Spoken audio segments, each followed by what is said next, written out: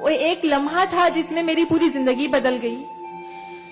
मैं जब सीट से उठी उसके नेक्स्ट मोमेंट मैंने अपने आप को ट्रेन की पटरियों के नीचे पाया, और जब मेरी आंखें खुली तो वही ट्रेन जिसमें मैं ट्रैवल कर रही थी वो मेरी आंखों के ऊपर से बहुत तेजी से गुजर रही थी।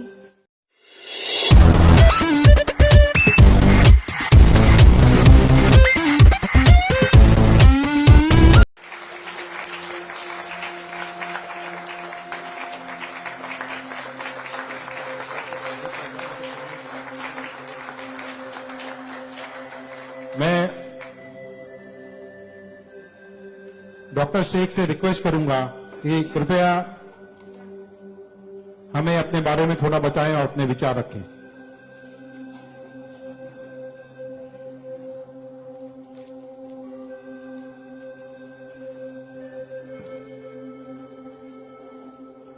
सबसे पहले तो मैं अल्लाह रब्बुल इज्जत की बहुत ज्यादा शुक्रगुजार हूँ कि उसने मुझे इतनी इज्जत दी और इस मकाम तक पहुंचाया कि मैं अपनी लाइफ के जो फैक्ट्स हैं, जो जर्नी में आपके साथ शेयर कर सकूं।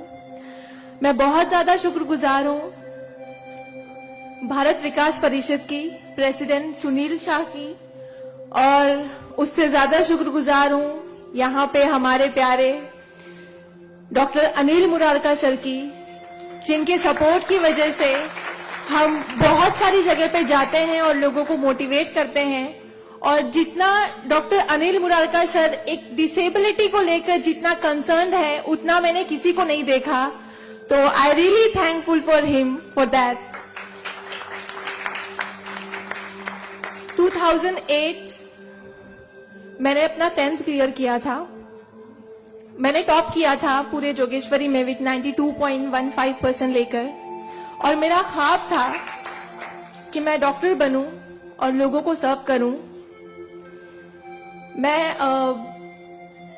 मिडिल क्लास से ताल्लुक रखती हूं। मेरे जो अब्बू हैं वो वेजिटेबल वेंडर हैं, तो हमारे घर पे बहुत फाइनेंशियली प्रॉब्लम थी। तो मेरा बस एक ख्वाब था कि मैं डॉक्टर बनूं, लोगों की हेल्प करूं, और उसके लिए मैंने साइंस में एडमिशन लिया। देन 11 साइंस जब मैंने एडमिशन लिया, मेरा कॉलेज बैंड्रा में था और मेरा घर जोगेश्वरी में। मैं रोज लोकल ट्रेन से ट्रैवल करती थी Jogeshwari to Bandra. 7 October 2008 that was the day जब मैं कॉलेज से घर वापस आ रही थी। मेरे सेमेस्टर चल रहे थे उस वक्त, और सुबह 10 बजे का वक्त था। 10 बजे आप सब लोग मुंबई से बिलोंग करते हैं, सबको पता है लोकल ट्रेन में बहुत रश आर होता है। वो ट्रेन जब अंधेरी से निकली, मैं अपनी सीट से उठी और मुझे नेक्स्ट स्टेशन मेरा जोगेश्वरी था, मुझे वहां उतरना था। लेकिन मेरे सीट से उठने और स्टेशन के आने तक के बीच में वो एक लम्हा था जिसमें मेरी पूरी जिंदगी बदल गई।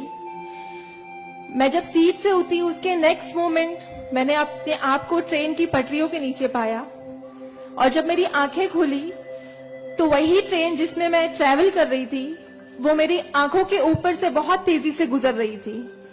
एक लम्हे को लगा कि मैं कोई ख्वाब देख रही हूं, लेकिन जब ट्रेन पूरी तरह से मेरे पैरों से गुजर गई, मैं वहां हेल्पलेस थी।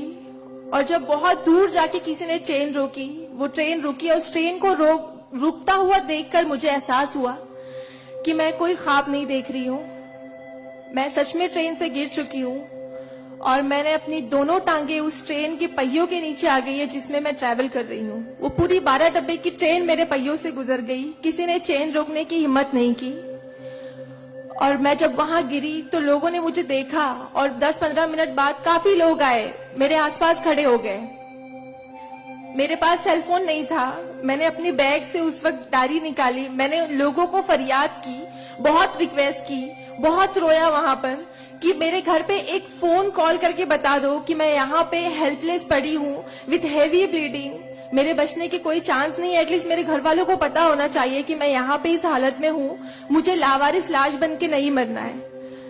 बट उस वक्त मैं यही कहूंगी कि अल्लाह ताला की मसलहत थी। अल्लाह ताला उस वक्त जो मेरी तकदीर में था, किसी ने मेरी हेल्प नहीं की, और मैं वहां पे 30 मिनट ऑलमोस्ट मैं ट्रैक पर विथ हैवी ब्लीड, मेरे दोनों पैर ट्रेन के पहियों के नीचे आ गए थे। मैं उसी हालत में पड़ी रही, और मैं कॉन्शियस थी।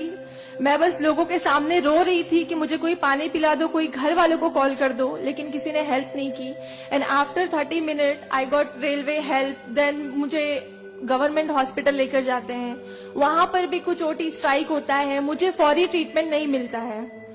एंड देन मेरा एक्सीडेंट सुबह 11 बजे होता है और मुझे 6 बजे जब मेरी फैमिली प्राइवेट हॉस्पिटल लेकर जाती है, then I got a treatment.